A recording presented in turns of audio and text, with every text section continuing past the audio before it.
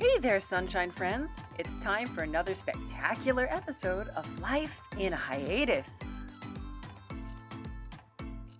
Hi, we are back again, and we wanted to kind of give you a preview of some of the scripts from episode 1 and episode 2 of the coming season.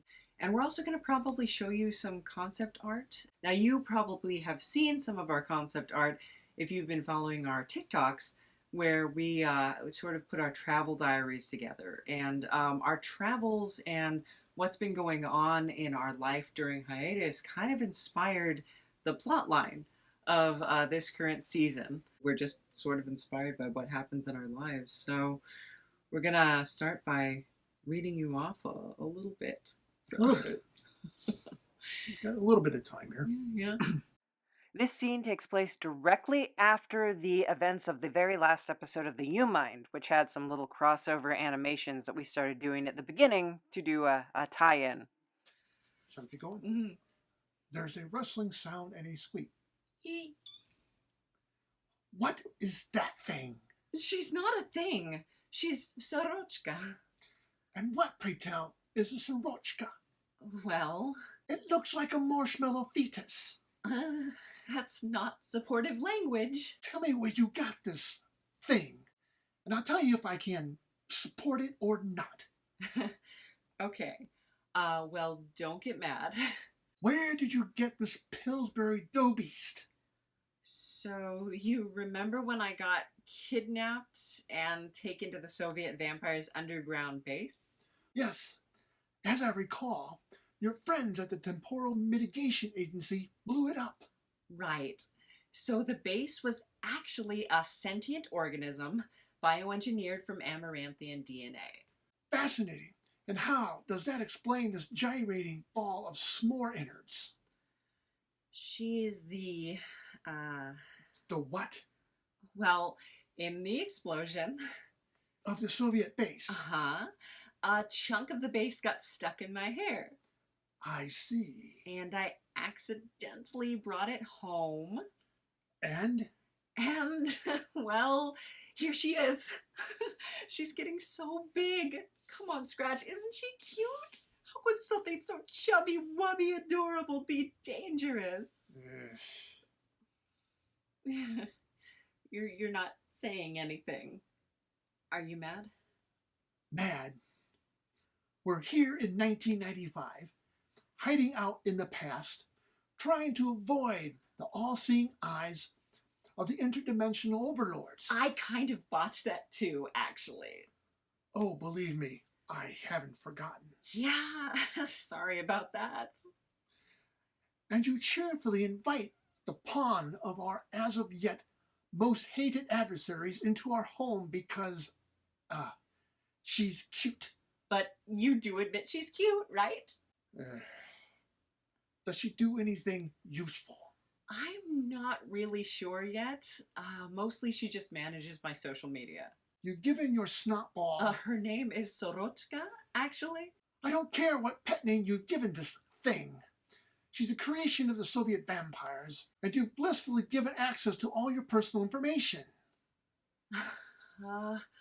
Uh-oh. They're blowing up my DMs again.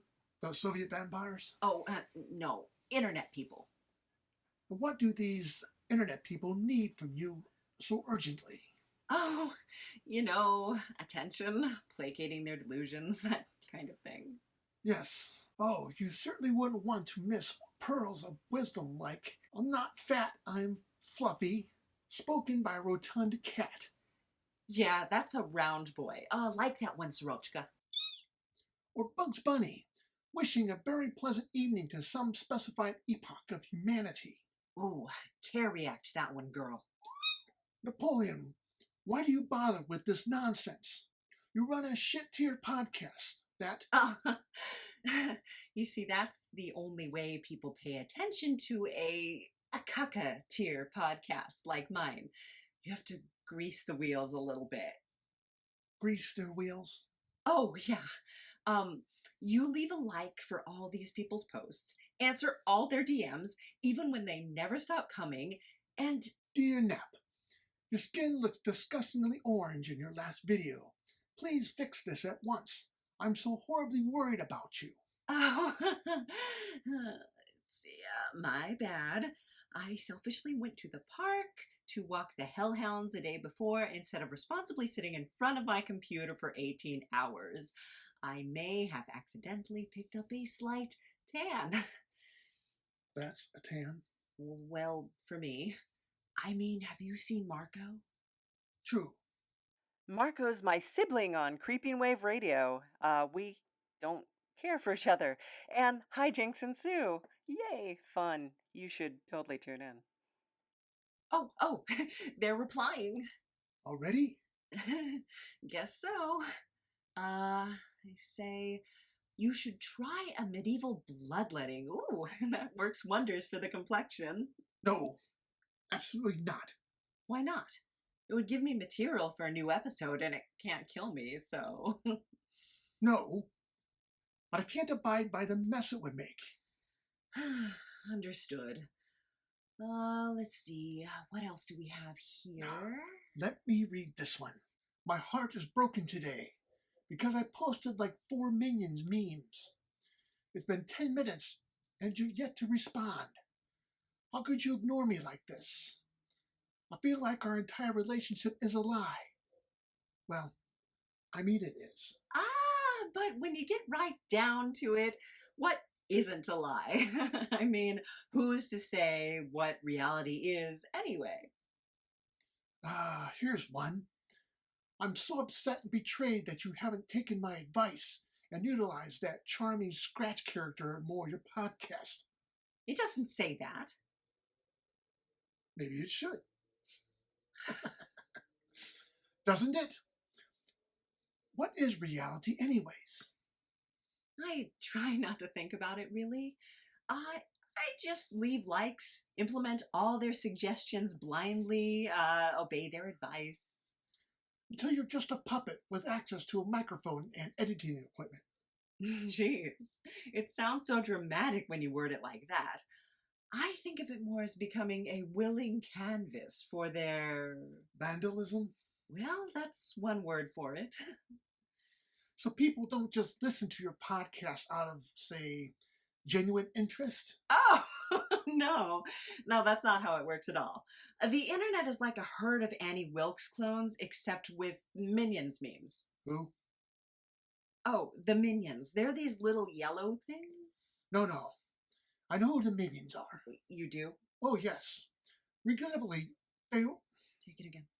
Oh, yes. Oh, yes. Regrettably, they were a favorite of my littlest hellspawns. They even had a Minion's birthday party. Ugh. Huh. Wow. But who's Annie Wilkes? Oh, you remember Kathy Bates' character in Misery? Where she's all like, I'm your #1 fan! And then takes over this author's life? Ah, yes. Who could forget the immortal hobbling scene? A classic. Yeah, I wouldn't have expected she would be the reference I'd have to explain to you. Well, with the show on hiatus, you have the freedom to simply ignore those haranguers. Take that line again. What is that? Haranguers, I know what it means, but I don't know how to fucking pronounce it. Haranguers? But you can say harassers. Harassers. Or annoy those fans, or whatever you want to say. Well, we'll change that line. Let's say, ignore those fans. Yeah. Like that. Okay. Well, Nah. Well, with the show on hiatus, you have the freedom to simply ignore these fans. Oh, no. I can't do that. Oh, yes, you can. It's quite simple, you see. I'll show you. Oh, okay. You see this incoming message? Right. And this one. And this one. And now this one. Right. You just delete. No, you can't do that. Oh, yes, I can. One less distraction for you. But it's a digital death sentence. Perhaps that's for the best. I need your mind to be keenly focused on finding that second cylinder in 1995. We'll be spending a lot more time there. now that you don't have a podcast to attend to. Delete, delete, delete. No, please. You don't understand what you're doing. Believe me, I do. Come with me. Oh, do I have a choice? Yes, I have Sorocha, but we didn't bring her over because she's kind of unnecessary when we're just reading. But here she is. So, okay. She's a Pier 1 Halloween decoration. Isn't she so cute? Oh my gosh, she's just so cuddly and adorable. So, Scratch implemented this training regiment. Skills he said would be useful in our search for the second cylinder. We sort of jumped between the past and the present to try and hide our movement as best we could from interested parties. I mean, if there even are any. Mostly it was just like a lot of camping and hiking and, weird hippie nature stuff. Ah, here we are. Mount Calavera, an extinct volcano plug located in sunny Oceanside, California. Scratch, we've already hiked this trail before. Have we? Yeah, it was excruciating. Indeed. Do we really need to do it again? Well, we aren't hiking it. Not today. Okay, good. We're climbing up the cliff face this time. What? We can't. I can't climb that thing. Don't you ever get tired of living in fear? I'm not. I mean, I don't live in fear, that is. Yes, you do. For the past 4 years, I've watched you cower before the glow of your monitor, worshipping at the altar of social media. I wasn't worshipping. Weren't you?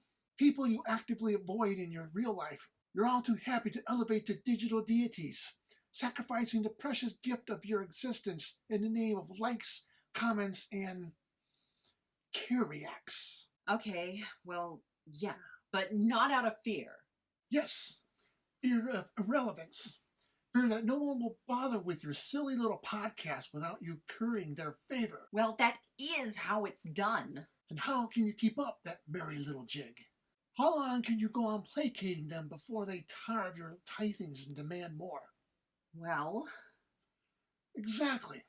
And when you can no longer appease them, then you face their retribution. I haven't read this one. Ah! Okay. Exactly.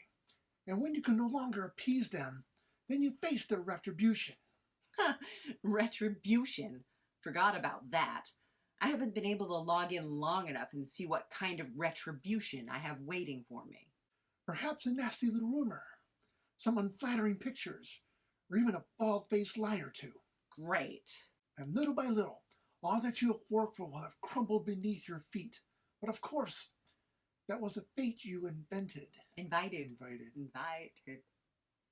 Try it again. And little by little, all that you worked for will have crumbled beneath your feet. But of course, that was a fate you invited. No, you invited it. Well, now I'm giving you something more substantial to fear. And what is that, sir? Gravity. Wow, you're still listening. Okay. Well, now a very special excerpt from episode 2. Napoleon is speaking into a clunky 90s-style audio recorder in an attempt to keep a memory record, since their own memory often fails them. Okay, so where was I? Oh yeah.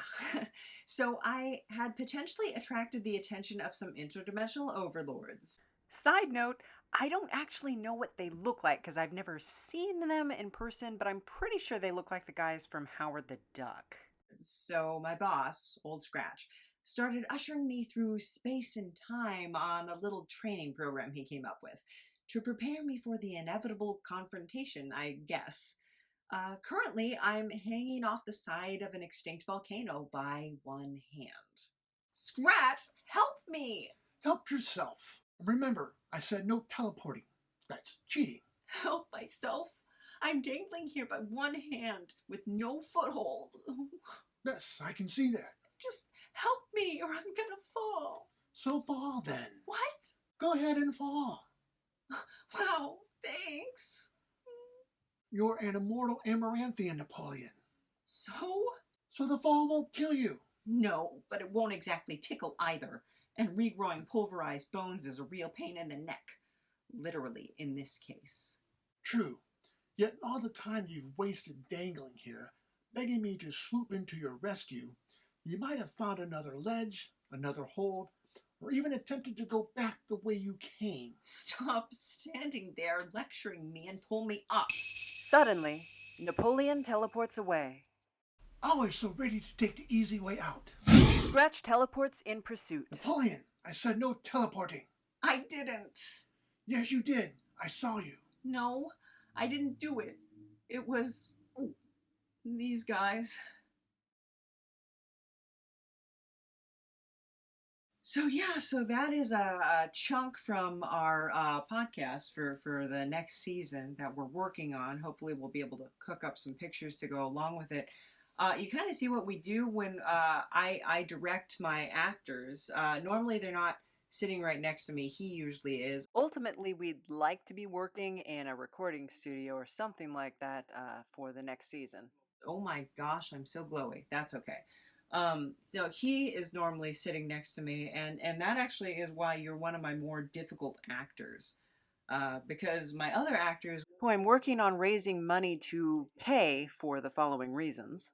when I upset them or they don't like a direction that I give them, we have several weeks before I have to interact with them again or that kind of thing. Or maybe I don't interact with them at all after that. And they don't really, they get over it. But with you, like, if I upset you, if I say like, well, you should have read it, you had 2 weeks to read it and you knew we were going to be doing this, that kind of thing, then you get angry, and then everything I do after that point like escalates the anger, and there's like no. So I guess the moral of the story is be real careful before agreeing to work with an actor who you cohabitate with. So yeah, I normally don't make my actors too angry, but I do like make them take lines over and over again, or there'll be words in there, and I'll have people like argue like, no, it's misspelled. I'm like, no, it's spelled correctly. I just need you to say it. Well, I would if it was spelled correctly. Okay, how do you spell it? That kind of thing. And so sometimes there's like little arguments that happen, or we're just going to leave the light off for this because the spooky light coming from the computer is working for me. So we just like, yeah, and kind of like I said before, like a lot of times you'll be like, I gave you the script 2 weeks ago and you haven't read through it, and like, well, I didn't have time. It's like, but you knew that this morning before we were going to record, and you could have said something. It's like, well, if you gave me 2 more weeks, it's like, if I give you 2 more weeks, I don't know that you'll be any more practiced than you are now, so I'd rather just have you do it now, and we'll just keep doing the lines over and over again until you get there. And that you gotta kind of push when you're directing people. You gotta be nice about it. You gotta be polite about it, and not make people feel like you're undermining them. But you gotta kind of push to get to the lines that you want. And really early on, I was working with some people I was doing a podcast with, and I felt like I didn't have the freedom to do that, actually. And so a lot of the reads on that, I don't know if other people can tell, but a lot of the reads on that, I don't think were where they should have been. And I was just like, okay, that's good. That's good enough. Sometimes it was just because I was just done for the night. Yeah. But sometimes it was because I knew that I had to go back and I had to do a podcast with those people, and I didn't want to get them angry or angrier and that kind of thing. And people get real temperamental with that kind of stuff. So, yeah. But, yeah. So, but you are my sounding board when I do the scripts and stuff like that. So when I come up with a script, you're the person that I immediately have to pass it off onto, and you work a job where you read a lot during the day. Review. You've got to review a lot of paperwork. You've got to review a lot of. Are we allowed to say what you do? I'm a biologist. You're a biologist, so. And I read a lot of things, like technical papers and plans and reports and things like that. So my silly little audio drama is not necessarily what you want. Well, it's just at the end of the day. Yeah, I know. I mean, don't don't get me wrong, it's very interesting. It just, at the end of the day, sometimes. Yeah.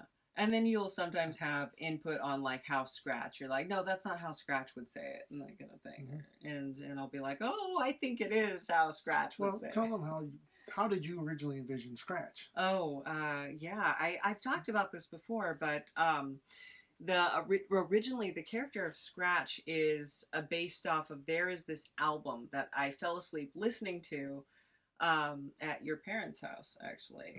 And it's called The Black Rider. It's by Tom Waits. And I did not know at the time that it was actually like a whole musical production that had William S. Burroughs wrote the book for it and everything. And it's just incorporated all my favorite guys. Anyway, there is a song in it called Just the Right Bullets that Tom Waits sings. And I had this dream surrounding it. And it was kind of the linchpin that made me decide, like, at the time I was working with kind of a paranormal podcast thing, and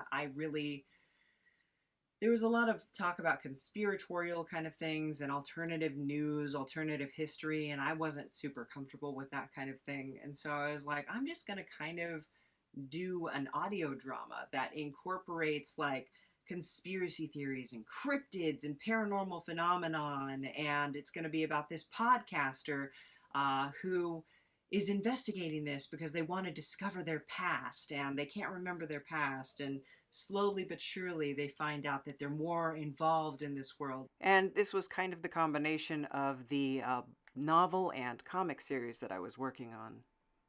When I had that dream, it kind of really was like, oh yeah, here, the idea is solid, I gotta get it out now. But the character in that it's a Faustian story. So it's basically the character is like offering, I have 60 silver bullets, and it talks in a voice like this.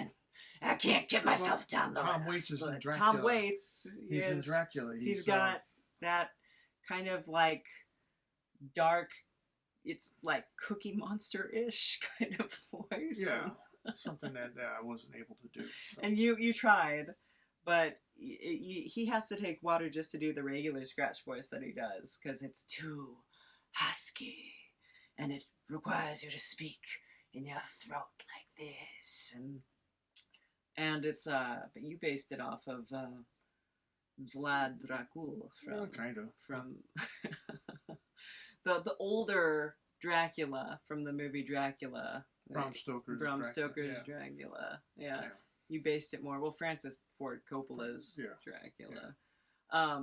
You based it a little bit more off of that, and then it became its own entity. But so the version of Scratch that you give is a lot different than the version of Scratch that I saw. And then when I would read Scratch with my other actors before I knew exactly what he was going to do, I would just do the voice of like him from Powerpuff Girls, and I'd be like, I have 60 silver bullets, and that kind of thing, and just be really over the top and weird.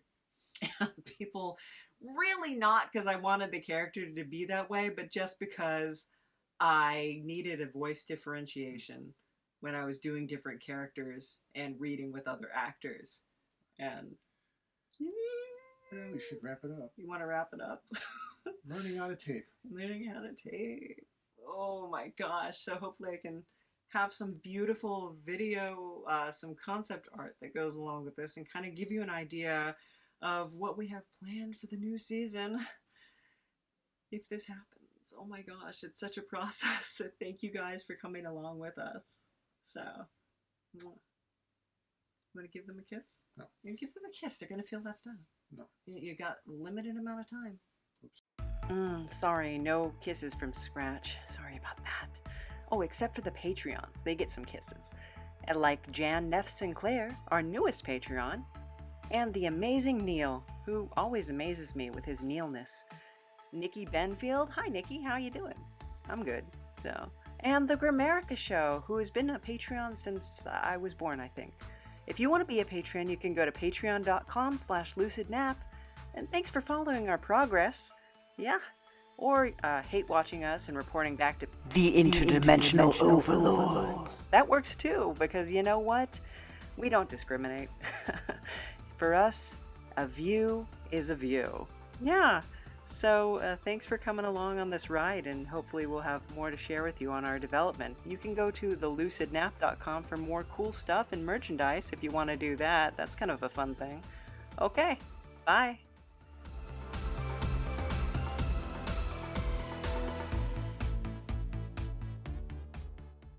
Life in Hiatus is brought to you by the Lucid Nap Productions in cooperation with the Big Hairy Man. Thanks for watching. Bye.